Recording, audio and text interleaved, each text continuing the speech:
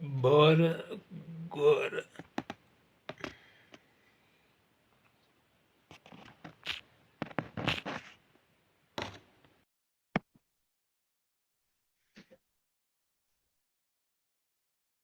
E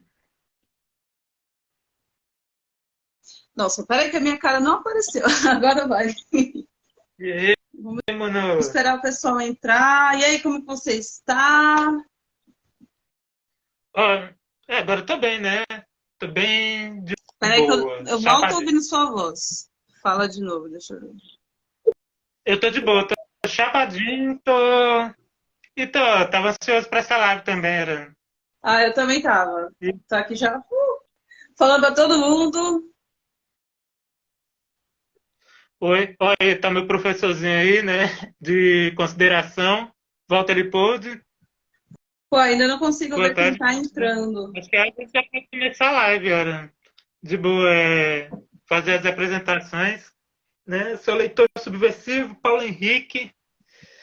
Aí eu dirijo esse negócio aqui, na verdade, isso daqui era um perfil, simplesmente meu perfil pessoal, Sim. né? Basicamente não mudou nada do que eu postava do começo para o que eu posto agora, mas aí cresceu e espontaneamente as pessoas passaram a considerar isso daqui uma página, e aí eu estou utilizando para fins de um trabalho político e de experimentação Você política.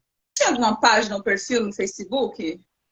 Eu tenho Eu já tive várias, mas, tipo, nada grande. Tem a Filósofos Pobres, que foi hackeada recentemente, né? Tinha Eita, pessoas. sempre acontece, né? Não, mas como leitor subversivo mesmo, você tinha alguma coisa? Não é um nome assim estranho pra mim. Sigo no Instagram já tem um tempo, mas acho que no Facebook eu já tinha visto antes de ver no Instagram, não lembro. Então, os nomes eu ia mudando ao longo do Ah, tempo do tempo. Era sempre ou algum nome muito complicado de falar, ou o nome de algum autor que eu gosto, eu já ou tinha então era uma, um monte de gente com o mesmo nome. num- praticamente acho que só teve uma vez que teve mais de uma pessoa com meu nome que deu o nome do Charles Baudelaire. De Sim. resto, a eleitor subversivo ficou por causa das batalhas de rap. Eu promovi batalha de rap, participei de batalha de rap, criei batalha de rap aqui na minha cidade. De onde você Aí, é? sou de Goiás. Conhece a Goiânia. luta dos catadores aí? Conheço, junto com o movimento anarquista aqui da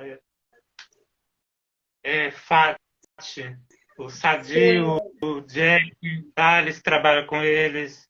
Quando a gente teve ocupação, participei das ocupações, eles protestaram com a Sim. gente, eles doaram coisa para ocupação. Quando eu tive uns problemas aí com a justiça, foram eles que deram dinheiro também. É, então, eu recebo todo mês o jornal, né, o Amigo do Povo, do Jack, que ele é aí de Goiás também, e eles sempre pautam, né, eles sempre pautam no jornal a luta dos catadores. Então, eu acho que quem te segue talvez não me conheça, né, tem muita gente no seu perfil, tem algumas pessoas já online. Você quer esperar mais um pouquinho, fazer alguma introdução, quer falar alguma coisa sobre. É, pessoal, quem está assistindo para lembrar que isso aqui é uma live, então qualquer coisa pode acontecer. A gente não combinou muita coisa, deixou para falar assim na hora mesmo, para poder desenrolar as ideias aí com vocês. Então, se você quiser fazer alguma introdução do que você está pensando, tem as perguntas que eu anotei aqui do pessoal também, não sei se mandaram para você também, Mas sobre veganismo. mas faz parte, faz parte. Falar da luta ambiental sem falar de veganismo não dá, não dá. E, e não, mas assim, geralmente eu nunca traço um roteiro, Ah, sim. sigo sempre espontaneamente. É também Só no uma. do Selma que eu fiz. abri a caixa de perguntas pela primeira vez, Sim. aí veio uma enxurrada de perguntas, nossa, muita pergunta. Aí eu administrei, tentei sintetizar, foi uma ótima live. Ah, assim que é bom, né? Vai ficando uma coisa mais orgânica. Eu estou procurando aqui pessoas para chamar para live. Fizeram as perguntas e outras mais. Vamos ver se o pessoal aparece. Mas enfim, né? Então eu vou me apresentar, já que você já se apresentou. Eu sou a Liz, eu sou catadora desde os meus 15, 16 anos. Como todo catador, eu comecei a trabalhar por necessidade. Já tinha assim, uma introdução, vamos dizer, no anarquismo por causa dos meus professores de história. E quando conversando com esses professores eu expliquei o que eu fazia, o que eu estava me tornando, eu recebi um incentivo assim gigantesco, né? Porque eles começaram a falar sobre autonomia, sobre autogestão, inclusive o Movimento Nacional dos Catadores de Reciclável, os princípios dele justamente os princípios da anarquia, né? Da autogestão, da autonomia, de se organizar. Então, quando eu juntei isso na minha cabeça, já com essa idade, eu falei, é isso que eu quero fazer para minha vida. E desde então eu estou aí. Esse ano, em outubro, faz 13 anos que eu trabalho como catadora. E como você começou com o anarquismo? Ah, o sentimento e o gosto pelo anarquismo. Desde o sentimento você gostou pelo anarquismo e desde o início da sua... Quando você se reconhece como militante mesmo. Eu acho desde a adolescência mesmo, né? Nas aulas de história, a gente aprendendo, organizar junto do movimento estudantil, eu fazia parte, organizar protesto, né? Do pessoal que me conhece de novinha, assim, sabe que os protestos desde 2012, 2013, eu organizei junto com todas as escolas aqui da Zona Sul, mais o pessoal, né? Os motoristas de ônibus, junto com o meu melhor amigo, que é o meu irmão, né, o Mitch, a gente juntou a galera toda e fechou a M. Boimirim, que é uma das principais avenidas aqui da Zona Sul de São Paulo, para também fazer esse protesto. O pessoal estava levando lá para, né, em 2013, levando para Paulista, em grandes lugares assim, mas a periferia, tipo, ficava esquecida nisso. Então, desde essa época, assim, de adolescente mesmo, eu já me organizava, eu já me identificava com o anarquismo, né? E as tretas que eu já tive, assim, com o pessoal do movimento estudantil é que 90% deles eram marxistas e não entendiam que eu queria fazer as coisas sozinha, não queria apoio do Estado, não queria apoio de ninguém, eu queria apoio das pessoas, né? E ainda é um sentimento que persiste na questão de ser catadora, porque o trabalho do catador, ele é muito mais difícil porque as pessoas desprezam, na sua maioria, o nosso trabalho e não nos ajudam. Então ainda persiste esse sentimento de, sabe, dessa necessidade de se organizar junto com outras pessoas, né, que têm talvez a mesma vivência que eu, infelizmente algumas vivências piores. Então, foi nisso que eu pensei, pô, agora sim eu sinto que eu preciso real me organizar porque a coisa está ficando feia. Na época pré-pandemia, eu já tinha, né, quase 10 anos de trabalhando como catadora, né, vivência de catadora, e foi na pandemia que eu percebi a urgência de se olhar para esse trabalho, porque as pessoas não têm noção, né, que foi uma das perguntas que eu recebi no inbox que eu deixei na caixinha, se eu tinha noção da quantidade de lixo que eu recolhia. Assim, por semana são toneladas. Imagina na pandemia, quando o Bolsonaro decretou que ferro velho, cooperativas não eram espaços de... Como é que falavam? Que não era necessário, não era um espaço de urgência, né? Vamos dizer assim, era só restaurante, hospitais, o restante não, ele fechou tudo. Inclusive ferro velho. Então, assim, as ruas ficaram lotadas de resíduo. A gente que era catador não tinha muito onde vender. Só que as pessoas ficaram, milhões ficaram desempregadas. E foi a partir de 2019 que eu vi nas ruas as pessoas passando fome de novo, as pessoas correndo para ter uma renda. Então, foi com esse pensamento que eu criei o Recicla ou Morra e juntei uma galera para a gente tentar se organizar e levar essa ideia do catador para frente. Então, é mais ou menos parecido com a ideia de autonomia da teia dos povos, né? Vocês querem autonomia, né? Autonomia é uma palavra que entra, ela parece autoexplicativa, né? Mas não é. Sim. Tenta ser uma necessidade, né? A fome aumentou nessa pandemia, mas a fome, eu sempre vejo as pessoas passando fome, né? Sim. Mas fome, realmente a gente vê um impacto de... Porque aqui em Goiânia, a punk, pessoal da cultura alternativa e tudo mais, não tem, como em São Paulo e Rio, essas tribos muito separadas. Tipo, tem o centro e a galera se junta. Tipo, aqui tem o centro, o grande hotel, tu vai lá, tem sempre o evento, principalmente antes da pandemia, no período de grandes manifestações de 2013 para 2014, 2016 ainda, o grande hotel, a rua assim, do centro, tinha eventos regulares, assim, tudo, LGBT, punk, punk mesmo, porque a gente tem uma casa para punk chamada Faixa de Gaza, que lá tem uma biblioteca, atividades culturais, mas é a casa dos anarcopunks, que tinha uma gangue que de anarcopunks, limparam os integralistas e uns hooligans integralistas, que também era integralista. Você já deve ter ouvido falar, ele é presidente da seção da Integralismo Nacional aqui em Goiás. Ele fugiu para Goiás Velho, né? Sim. Eu acho que foi vindo, né? Porque ele sumiu daqui, ele era envolvido dos Igor. Então fizeram um trabalho que tinha que ser feito. 30, 40 neguinhos andando na rua, fazendo o caos que era, né? E eu tenho mais nesse momento, aí voltando ao fio, que eu tava... Nossa, me perdi aqui. Você já comentou do Teia dos Povos, vou voltar até um pouquinho nisso. Quando teve o encontro, né, aqui do Teia dos Povos em São Paulo, eu estava lá junto do mestre Joelson, toda a galera, e é justamente com esse pensamento, né, de se organizar, da autonomia, porque, pô, vamos lá, fiquei contente do que o Lula se elegeu de novo? Não sei, porque eu, enquanto indivíduo, né, que nasceu e cresceu aqui nesse território, eu sei que eu vivi o antes, eu vivi o durante e eu vivi o depois. Então, eu sei que para a gente que é pobre, miserável, houve sim uma melhora na qualidade de vida. Né? A gente conseguia comer, a gente teve melhora na questão do transporte e tudo mais. Só que as pessoas não entendem que a gente fica dependente disso. E que quando uma merda acontece, fica perdido. Né?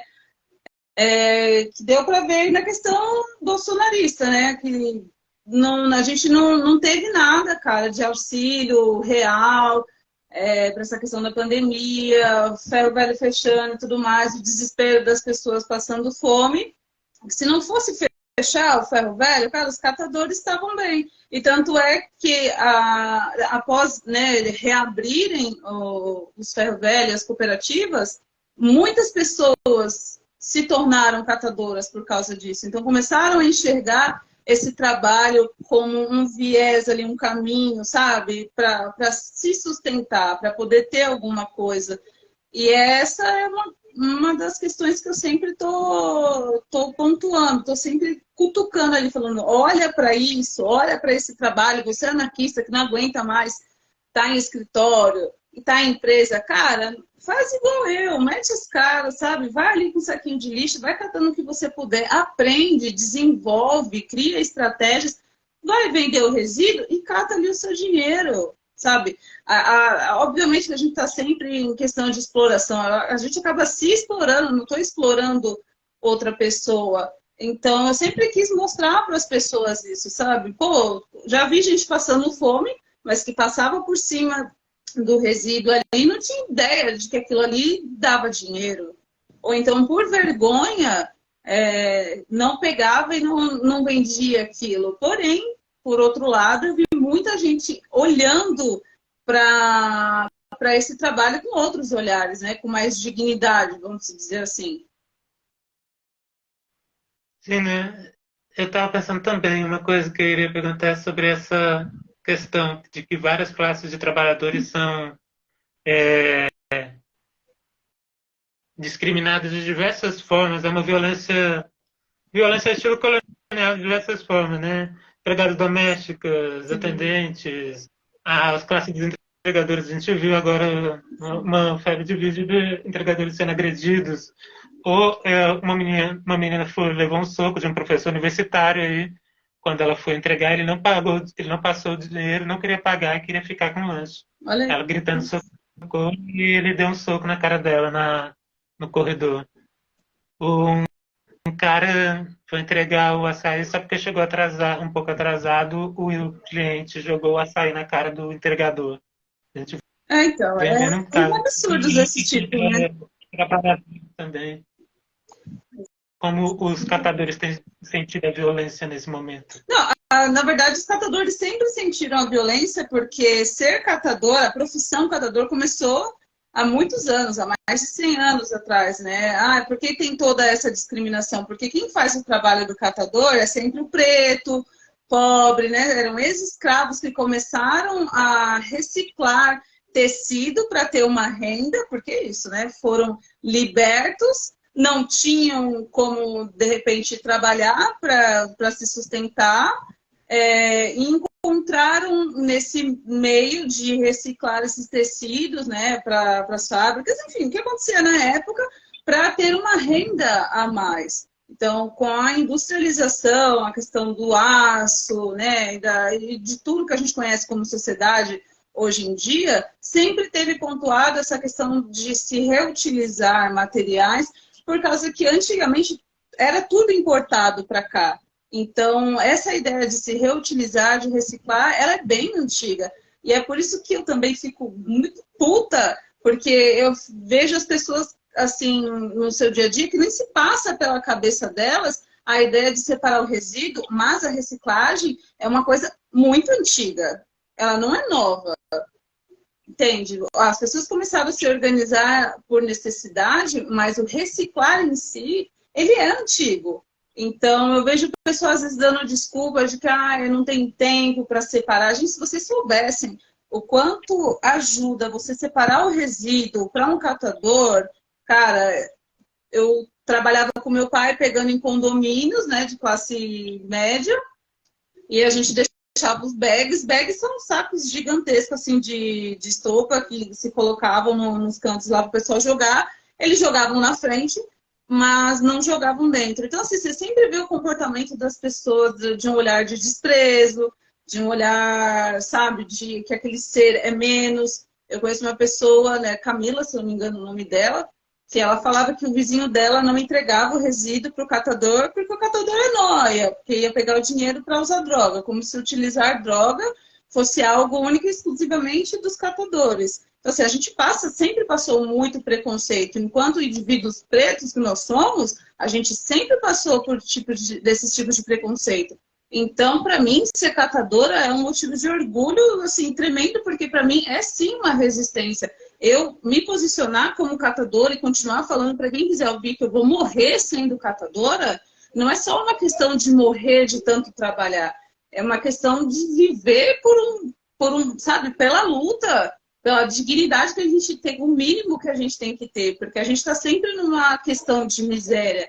Então a gente precisa sim lutar por melhorias, porque senão a gente vai continuar no mesmo. Ou então cada vez mais a gente vai ver as pessoas padecendo na miséria, sem ter o que comer, sem ter o que fazer, um olhando para a cara do outro, esperando ordens acontecer, vir, sabe, o milagre dos céus e não fazer nada. Então eu senti essa necessidade de sim fazer alguma coisa, justamente disso e de receber. Gente, é todo dia. Juro para vocês, se eu postasse aqui, vocês iam chorar comigo.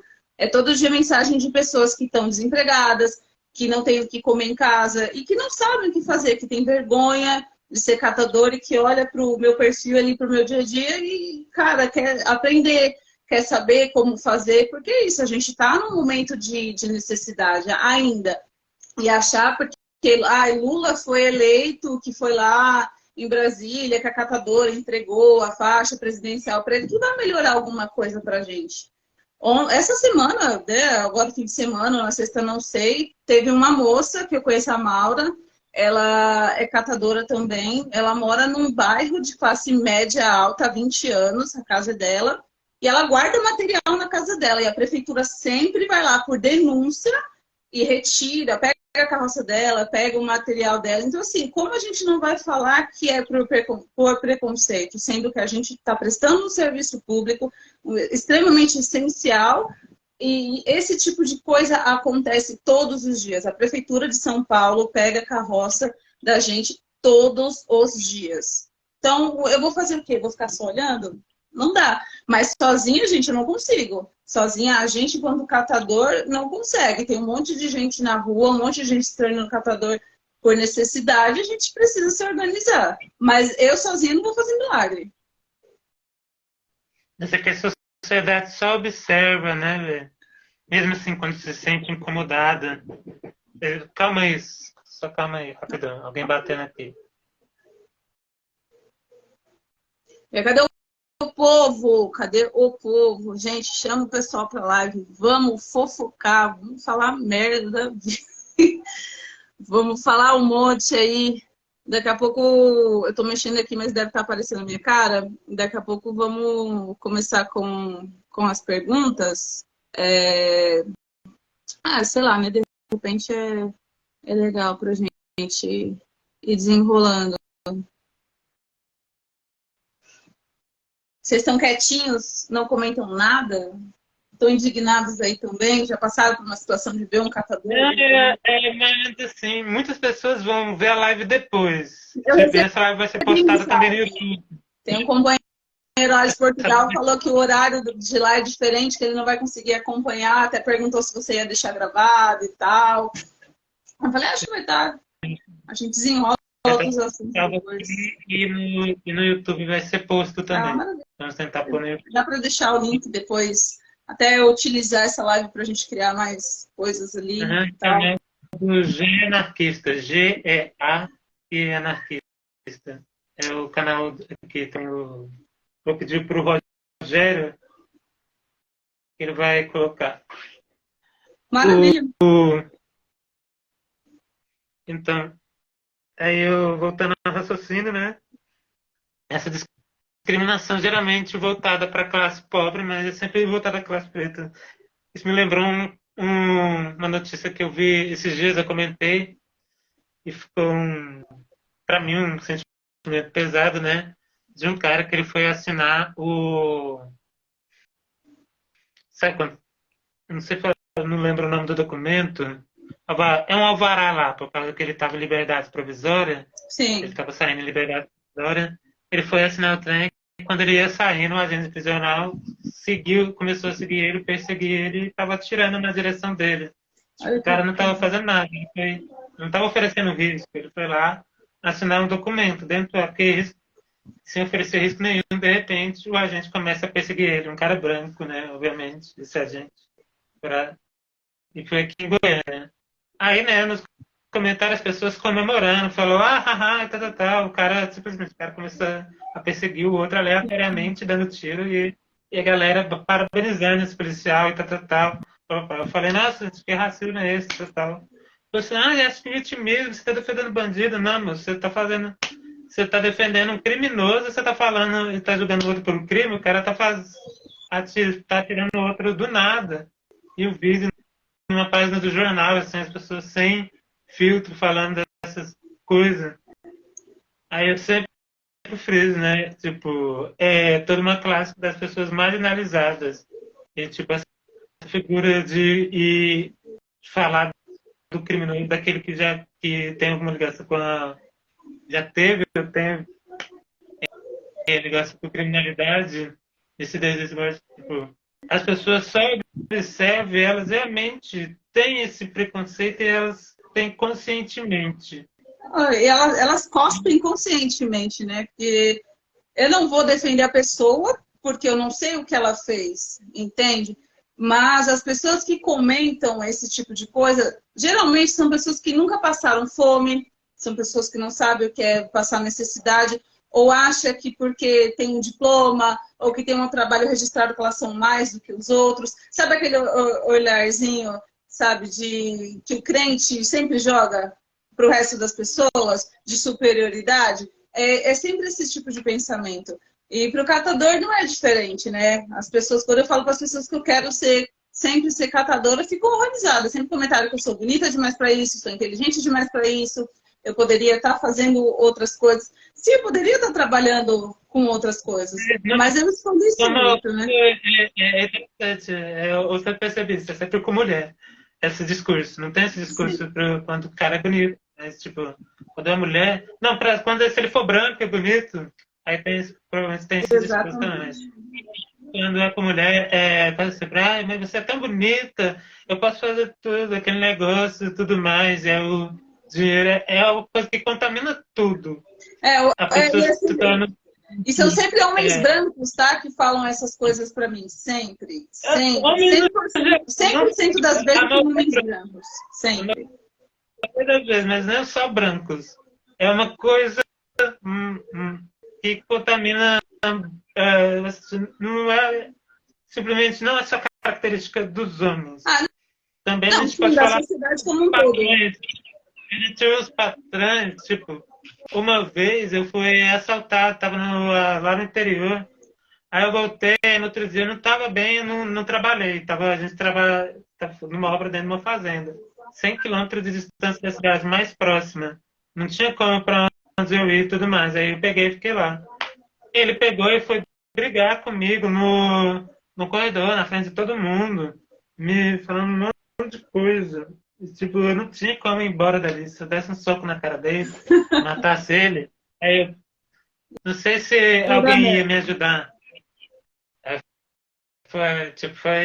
Morar no interior nesse trabalho eu era pedreiro, faz bem pouco tempo. Uma coisa horrível. Você já pensou alguma vez na sua vida em trabalhar como catador? Oi? Eu já trabalhei como catador há tempo também. Já trabalhou? Já. Muitas profissões, sabe? Vendedor de picolé, vendedor de laranjinha, vendedor de bombom, vendia treino nos ônibus, catei também, pedreiro, auxiliar de produção, faxineiro. Já vi bastante, né, dentro das profissões. Tipo, as profissões que são limitadas para as pessoas que não têm diploma de curso superior, né? A gente passa por isso. Classe pop. Eu lembro que o meu primeiro enquadro foi aos 8 anos. Eu tava sujão, tava com a minha camiseta enrolada na mão, lembro direitinho. Aí, eu era 8 anos, aí eu tava voltando para casa. Aí, como eu tava 8 anos, aí como eu tava com essa blusa enrolada na mão, a viatura parou do meu lado, mandou parar, encostar na parede. Foi todo o B.O. de enquadro, sabe? Sim. Chute nas pernas, o que é isso na sua mão? Sacudindo a camiseta. Meu primeiro enquadro. Assim. O meu primeiro eu tinha 12 anos. Trabalhei um trabalho assim. Não foi, não sei se é expressão, mas uma vez eu estava brincando e simplesmente um cara parou, né? E me deu um dinheiro para eu ficar olhando o carro dele ali. E tipo, ele não para. Eu penso hoje, ele não pararia para uma criança branca brincando na rua e dizer, olha, eu acho que não acontece muito. Não, eu penso nessa. E sobre eu leio muito. Muita gente acha que eu fiz faculdade, gente que faz faculdade. Eu sofro uma das acusações quando me fazem que você é intelectual sim. E uma das coisas que eu mais sofri era, mas por que você está lendo? Qual a utilidade nisso? Fazer outra coisa. Não, para que isso? É sempre uma discriminação para mim. Eu vejo que para outras as pessoas recebem bastante incentivo e eu nunca recebi tanto incentivo. Mas isso faz parte também da nossa cultura enquanto pobre, né? Porque tudo que a gente vai fazer tem que ser para se profissionalizar. A gente nunca pode assim, a permissão alheia, né? Fazer alguma coisa por prazer próprio. A gente tem sempre que estar fazendo alguma coisa para ganhar dinheiro, para sobreviver, né? Eu sempre também também, eu sempre gostei muito de ler. Eu sempre aprendi as coisas, a desenvolver o pensamento crítico por mim mesma. E foi justamente uma dessas coisas que falavam que para mim, né, da minha família, porque a minha família tem muito preconceito ainda com o meu trabalho, o trabalho do meu pai, que também é catador. Justamente por causa disso, o intelectual. E as pessoas não conseguem entender que isso faz parte do nosso ser, porém isso não tem nada a ver com profissões. Para as pessoas pretas, como eu sempre falo para as pessoas, eu comecei a fazer um ensino técnico aí gratuito para a questão de meio ambiente, porque eu sempre gostei de estudar e eu fiz para essa área, estou fazendo para essa área, inclusive eu não estou na aula, estou aqui por causa da live, mas era para eu estar tendo aula agora, porque eu queria aprender mais essa parte teórica, porque na prática eu já tinha bastante vivência. Mas não é uma necessidade assim que eu tenha um diploma falando que eu sei fazer alguma coisa, mas a gente sabe, enquanto pessoas pretas, o quanto isso de nós, né, muitas vezes é cobrado na vida, ou muitas vezes a gente almeja isso. E uma das críticas que eu sempre vou ter para o pessoal anarquista é essa questão academicista, que toda discussão, toda pauta, muitas vezes se implica nisso, né? Na intelectualidade, de estar numa faculdade, desenvolver, a maravilha, desenvolver cursinho pré-vestibular, mas aí eu estou ali com os catadores na rua, muita gente já formada, com seus diplomas, e que não conseguiram estar ali nas suas profissões que escolheram para a vida, por falta de oportunidade, por cor, por crença e etc. Mas assim, aonde estão os anarquistas para o pessoal que literalmente está ali na rua, né? Eu vou falar dos catadores porque é aonde eu estou, e a maioria das pessoas que moram na rua acabam tendo a profissão de catador como único viés de sobrevivência, mas onde estão os anarquistas para se juntar, para alfabetizar a galera que está na rua? Porque como que eu vou me juntar com os catadores para a gente se organizar sem desenvolver um pensamento crítico antes? Tem muito catador que tem vergonha de ser catador, não entende o impacto ambiental e social da profissão, do ser catador.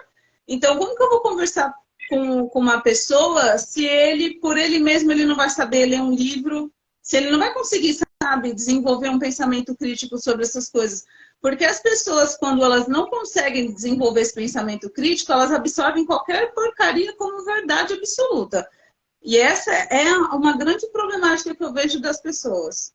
De pegar sabe, não desenvolver esse pensamento crítico. O método Paulo Freire fala de... Seria legal abordar e tem um pouco de anarquismo em Paulo Freire. Sim, ele era... Aliás, o meu TCC tem Paulo Freire também. Ai, então, ele fala de buscar essa autonomia, né? Buscar na própria comunidade, nos próprios indivíduos, as formas de se organizar, de se empoderar. Mas, tipo, querendo ou não, a gente não pode abandonar a via de luta, que a nossa luta é em ajudar as pessoas ao mesmo tempo, porque essa é uma gente que também está em falta. E outra coisa que você falou, que são duas críticas que você falou, né? A presença desses anarquistas e a intelectualização, né? Mas aí também está a questão do tipo de militância. Precisa ter ainda a luta contra a via institucional, contra o Estado, contra os meios de opressão. E o pobre não entende que ele é oprimido. As pessoas, essa é a minha consideração, as pessoas ainda não entendem, elas não entendem, elas sabem, eu sei que a gente pode dizer coisas, mas elas não entendem que estão sendo, que o sistema todo, o tempo todo, está sendo uma vida de merda, com a polícia normalizado, é normalizado passar fome, tipo assim, você está trabalhando, você perde o emprego, você começa a passar necessidade, você está isolado, são poucos amigos. A gente cria redes, a gente cria laços, a gente cria amizades, mas tipo, existe até no meio dos pobres esse sentimento de separação, né? Porque os mais pobres vão sendo desprezados pelos menos pobres, muitas vezes.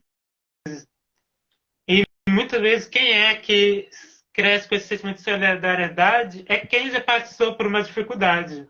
Sim. Então, essa dificuldade. E o que a gente tem com os anarquistas, porque a gente não tem tantos anarquistas hoje em dia como a gente tinha no passado, tantas organizações, e a gente tem algumas organizações extremamente fechadas, né? São difíceis de se comunicar, as pessoas não têm contato. Muita gente tem curiosidade sobre o anarquismo, mas não entende. A gente tem uma visão muito fragmentada e mal explicada para as pessoas sobre o que é o anarquismo. O que dificulta também a nossa militância. E há a dificuldade de pessoas que se interessam pelo anarquismo, querem iniciar essa militância, mas não sabem como, não vê a ideia. E a gente tem, e como a gente vai fazendo, está fazendo nessas lives, chama o pessoal do T, chama o pessoal do sindicalismo, e vou chamar artistas e outras coisas ligadas ao movimento anarquista, é para mostrar e para tentar buscar essas formas de organizar o pessoal, das pessoas aprenderem, entenderem como se mostrar, porque é como o lema do ação direta, né? Do in yourself, faça você mesmo, você tem que estar ali, você tem que estar fazendo. Não é é como fazer, a pergunta é como fazer, é o que fazer, né? Por onde começar? É mais importante, mas o que fazer? E o seu caminho foi fazer pelo que você viu, né? Você viu uma necessidade, você viu uma forma de trabalho, você viu uma forma de organização. E como funciona a organização? Você tem um coletivo aí, não é? O coletivo é Isso, Ciclo aí, Comorra. isso. Funciona o coletivo, como funciona, como chama as pessoas para organizações, como elas, os princípios, a prática do anarquismo, que é a autonomia, a autogestão e a autossubsistência, funciona.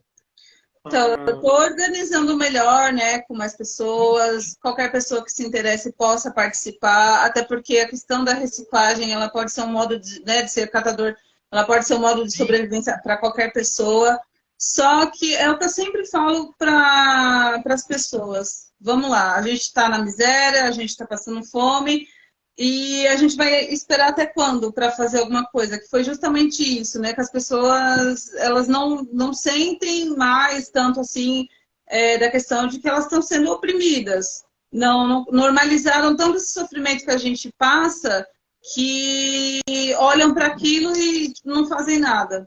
Eu não consegui desenvolver muita coisa justamente com as pessoas porque está todo mundo muito ocupado muitas vezes tentando sobreviver.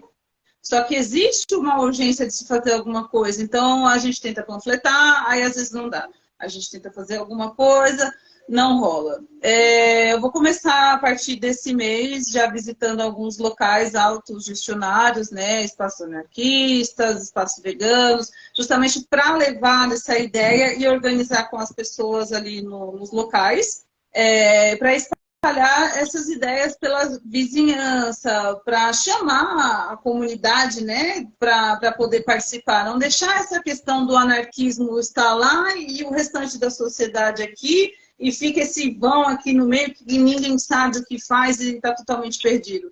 Porque, como você mesmo mencionou, né, tem uns grupinhos que ficam assim tão fechados que não dão oportunidade de se participar. Só que muitos coletivos, muitos espaços, muitas vezes criam, vamos dizer, eventos ou alguma coisa e não chamam a população, né, as pessoas que estão ao redor, que estão ali no bairro para participar. Só que a questão da sobrevivência, ela implica para qualquer indivíduo, para qualquer pessoa. Então, quando a gente fala de catador, a gente fala de reciclagem, a gente está falando de sobrevivência, a gente está falando, né, dos problemas sociais. Então, deve ser muito interessante para muita gente. Então, a gente quer se organizar nessa questão de acompanhar esses espaços autônomos. Não sei quantas pessoas estão assistindo. Peraí, 16. Mas quem estiver assistindo, quiser participar, pode me mandar mensagem pelo privado. Eu passo o link, né, do grupo, do coletivo, que a gente vai voltar a se organizar. Porque justamente estava de férias, pessoal estudando, na correria. Eu mesma trabalho e estudo, eu sei como que é difícil.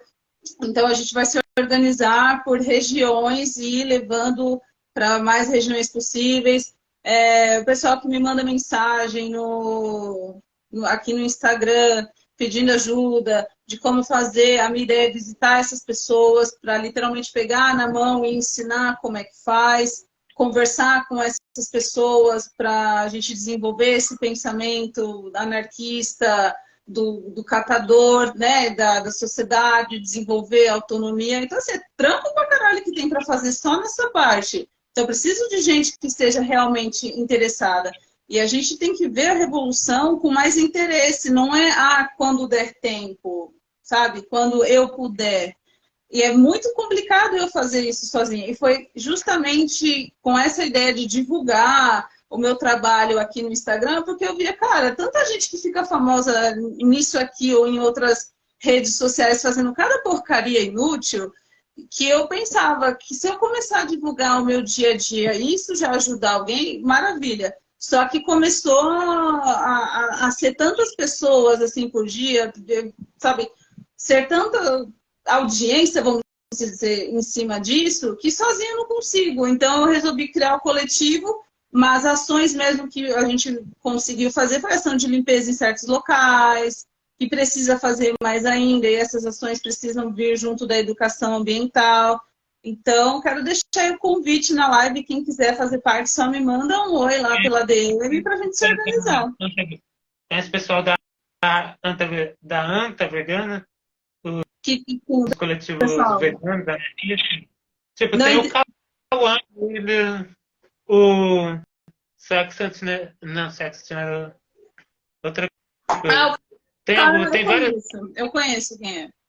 tem vários coletivos veganos, anarquistas, em várias partes do país, né? Converso bastante com a galera via internet, né? O que possibilita. A internet está sendo um grande. O meu grande veículo de socialização, Sim. ultimamente. Todos nós, né? Né? Principalmente nessa pandemia. Aí vem criando essas conexões. Aí eu vou aprendendo sobre o veganismo. A primeira leitura que eu tive foi no grupo de estudos anarquistas virtual, que a gente leu o livro da Carol Adams, Política Sexual da Carne. Ela Sim, vai mostrando qual a ligação, né, do patriarcalismo da violência contra a mulher com a violência com o especismo, a violência contra o sim. animal, tudo mais. A importância é isso que une e vai citando, tipo, feministas históricos, tipo a Mary Shelley, que escreveu o Frankenstein, Uhum. né, porque Frankenstein também tem uma ética vegana ali, né? O monstro era vegetariano. Muita gente não lê o livro, né, e pensa que o Frankenstein é o monstro, mas Frankenstein é o doutor que criou o monstro, o doutor Frankenstein. Aí o monstro, ele é a vítima da história, e o doutor é que é o vilão. Sabe, ele cria a criatura, quando ela ganha vida, ele se assusta, vai embora, abandona. Aí ele tem que aprender, ele tem que aprender a se desenvolver sozinho. É um primeiro anti-herói das histórias, sabe? O anti-herói, Sim. o herói moderno, o monstro. Aí depois ele vai aprendendo, ele aprende a falar, aprende tudo mais sozinho, autônomo. Podemos dizer que o monstro era um anarquista. Aliás, a Mary Shelley, acho que ela foi casada com um anarquista, e o anarquista que era também vegetariano, inspirou ela com um negócio. Acho que é o William Sim, Booth, eu sim. acho. Eu acho que eu conheço a história deles, assim, mas como você viu, eu também não li Frankenstein, não. Então ele faz um tempão. Tipo, completamente diferente do que a gente vê em filmes, tudo tal, não você apresentado, aquelas coisas todas. Até a cena lá de uma sendo perseguido com peça de fogo não existe. Aí ele aprende a falar e tudo mais, observando uma família escondida através de um buraco e tudo mais. Aí um dia, porque ele aprendeu tudo com aquela família, ele resolve se apresentar para agradecer. Essa é a primeira vez, né? Porque todo mundo se assustava, corria dele e tudo mais, e agora que ele aprendeu a falar e tudo mais, podia se comunicar. Ah, Quando ele foi se apresentar, as pessoas se apavoraram, se assustaram e acabaram morrendo, né? Nisso, né? E aí, por causa do pânico, então maior sofrimento ainda para ele, ainda com o peso de ser assassino. E com essa consciência e tudo mais, com essa virada, eu acho que ele vai se vingar do pai, né, que criou ele. Quem é esse pai, né? É uma metáfora para Deus, né? Cria a criatura para esse sofrimento todo e tudo mais, abandona, ainda quer botar a culpa nela. Portanto, é também o negócio do preconceito contra o pobre, né? Tudo é culpa do pobre. Ai, ou então, deve estar trabalhando, ela não agora eu vou ter que ajudar essa pessoa. Tipo, a gente é abandonado, muito o Frankenstein deveria ser um romance mais popular, poderia ser trabalhado de uma forma É popular, uma boa ideia. numa pedagogia. Quem estiver assistindo aí e quiser ler, eu até vou pegar para ler agora, depois dessa. Mas esse olhar de que é tudo culpa nossa, ou então que a gente mesmo que, né, da questão da meritocracia, né, que você está nisso porque você quer. Você está nisso porque você não se esforçou bastante, ou porque você não é uma pessoa boa o bastante, porque não sei o que, não sei o que lá. Na verdade, é porque a gente é uns fodidos, porque a gente não nasceu herdeiro de nada, a não ser da miséria. Então, se desenvolver nesse meio é muito complicado, né? Tudo é vendido para a gente como um milagre, como um dom divino, blá, blá, blá, blá, blá, que você tem que ser isso, ser aquilo. Cara, não tem que ser nada, não. Acho que a única coisa que a gente almeja sempre na vida é estar em paz, estar bem.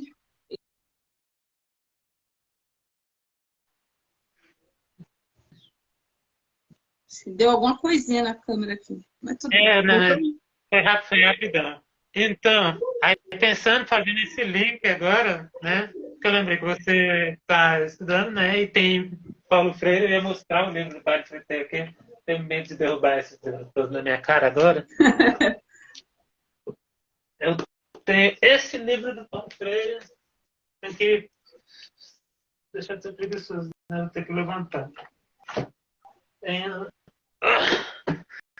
Esse livro aqui eu já li 2 vezes. É um trabalho com Paulo Freire e outros seguidores da pedagogia. Aí acho que foi quando depois ele foi exilado, né? Eles tinham feito trabalho com o Brasil. Aí tem texto dele trabalho na África, na Itália, em vários países, pessoas aplicando o método Paulo Freire. E, tipo, a luta revolucionária, o sindicalismo, tipo assim, tem um texto aqui com as operárias, com as mulheres, com o feminismo, assim. Tipo, Paulo Freire é muito foda, realmente. É muito bom, assim, a questão, né, dele que eu estou usando certas coisas no TCC, é justamente disso, né, de você, que ele fala, de utilizar do que as pessoas já sabem para você colocar essa ideia e a própria pessoa desenvolver um senso crítico ali da própria vivência dela, que é muito mais fácil dela desenvolver. Exatamente. É muito mais fácil.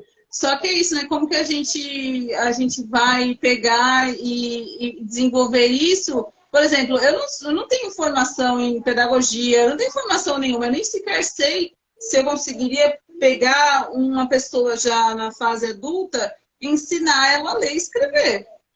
Então, eu acho que mas porque para as pessoas eu posso conversar com as pessoas e aí a gente desenvolve. Só que é isso, elas vão estar absorvendo a minha ideia. E o que eu quero é que elas aprendam por elas mesmas, na vivência delas. Então é isso, o pessoal anarquista que está aí assistindo, eu sou professor, eu gostaria de participar, vamos desenvolver essa ideia, sabe? Tem uma ocupação num viaduto ali no Brás, sabe? Vários catadores. Seria super bacana a gente chegar lá, fazer alguma vivência com eles, dessa questão de educação, porque é gente que não tem nada, sabe? Mas precisa se manter firme. Eu me mantenho firme como catadora até hoje, apesar de todas as dificuldades, por estudar muito sobre anarquismo, por estudar sobre meio ambiente, por me estudar, sabe? Saber quem eu sou, o que eu quero. Então, assim, as pessoas se perdem, cara, em álcool e droga para, sabe, tentar sobreviver ou tentar fugir da realidade. e não desenvolve nunca, sabe? Fica sempre nesse mesmo ciclo vicioso de merda, não sai disso. E vem muito da questão disso, né, que estava falando agora da culpa, né? Achar que tá nisso porque é culpa deles. Sim, né? O sentimento de culpa, de fracasso. Exatamente. É uma coisa que é o próprio da própria condição da classe social. O outro livro que eu tenho aqui, né? Pedagogia da Tolerância. Esse eu ainda estou para ler, foi o Luiz Agon que me deu. Desculpa, Luiz, a demora na leitura. Você também é do Mas, tipo tipo que tem assim, um monte de livro e aí acaba comprando mais livro do que lendo o que já tem? comprando nem tanto, né? Dinheiro assim não tem tanto, mas eu ganhei bastante livro. Por exemplo, a Câmara está numa pilhinha de livro daquelas de capa vermelha, sabe? Dura. E aqui tô, tá os meus livros que eu fui acumulando a vida toda. Aí Tem fui bastante. pegando em coisas. Daqui são as poesia, filosofia. Aí aqui tem pedagogia também, né? Porque eu sempre me interessei em pedagogia. A gente, Sim, com o a gente também trabalhou com questão de cursinhos e tudo mais, tentando fazer, né? Pré-vestibular e tudo mais. Mas a questão é, como a gente é contra o Enem, a gente devia estar tentando. Para mim, a questão de devia estar montando estratégia de como sabotar o Enem, de como destruir o Enem e tornar o Enem uma coisa abominável. Que história é essa da gente tentando que competir pela educação? Era para todo mundo ter acesso à educação, ora. Então a gente deveria exatamente. se abominar esse negócio de cotas, esse negócio de Enem, por causa que quer dizer que só uns vão ter acesso, vai ser sempre uma seleção, um filtro, uma competição, É e sempre com um uma massa. troféuzinho a receber, né, para essas coisas. Eu mesmo, por exemplo, eu faço pela ETEC, né? Eu entrei nesse curso sem fazer a prova, o vestibularzinho dele lá, né, o vestibulinho. Eu entrei utilizando a nota do meu histórico escolar do ensino médio. Passei assim de cara e fui, não fiz prova nenhuma. Então, eu acho assim, que deveria ser dessa forma ou simplesmente ser livre. Ah, tem demanda, né? Muitos cursos, por exemplo, onde eu faço é o único lugar que agora tem esse curso técnico de meio ambiente. Meu, é assim, maravilhoso. Você aprende muito, os professores são bem queridos, bem compreensivos e tal, sempre me ajudaram muito. É, mas, assim, os outros locais no estado de São Paulo fecharam, porque as pessoas não conseguiam, que faziam a prova, né, muitas vezes não conseguiam ir assistir a aula e continuar pela dificuldade, e acabou dificultando também a demanda de outras pessoas. Porque é isso, pô, você tem que parar a sua vida para fazer um vestibular para aí talvez você passar. Se fosse livre, cara, ia ter a roda, assim, sabe? É sempre essa questão de competir para. Eu sou péssima em competir, cara. Eu sou uma pessoa que não entra na minha cabeça essa questão de competição. Eu sempre comentei com meus amigos, meus companheiros, falo, cara, eu sou uma pessoa que eu não sei competir. Então, sabe, uma coisa tão básica que é a educação, a gente tem que ficar competindo, não... É por isso que eu acho ainda assim que é necessário os coletivos anarquistas prestarem mais atenção nessa questão da educação de graça, mas não só a educação pré-vestibular, o básico do básico do básico também é necessário, né? Desenvolver isso. Né, antigamente, né, no início no Brasil, você já deve ter estudado nisso do movimento operário no Brasil, anarquista. Sim, a gente tinha até uma iniciativa de uma universidade pública anarquista, que não foi para frente. Teve a Maria Lacerda de Moura, uma das primeiras, a primeira feminista do Brasil, né, junto com a Berta Lúcia, as primeiras, né, que foi amiga da Berta Lúcia, né, que fundou o negócio lá, o primeiro, acho que não lembro o nome das congresso feminista, tudo mais. Mas aí a Maria Lacerda de Moura rompeu, né, porque Berta Lúcia, marxista, ainda muito estatista, e a Maria Lacerda de Moura falava, foda-se o sufrágio, né, universal. E a Maria Lacerda é muito famosa, né? Foi ela que irritou o movimento integralista, começou a ser insultada nos jornais integralistas, e os anarquistas, né, meteram louco por ela e por ela. E muita gente não conta essa história, né, sobre na parte da história da luta que teve na praça entre os fascistas e os anarquistas comunistas. Pode dizer que foi em defesa da honra da anarquista Maria Lacerda de Moura. Ela foi lá, peito aberto, vou arrumar confusão. Agora vamos fazer a baguncinha, fazer acontecer. Porque é isso, né? Roda baiana aqui mesmo. Já chamei minha gangue.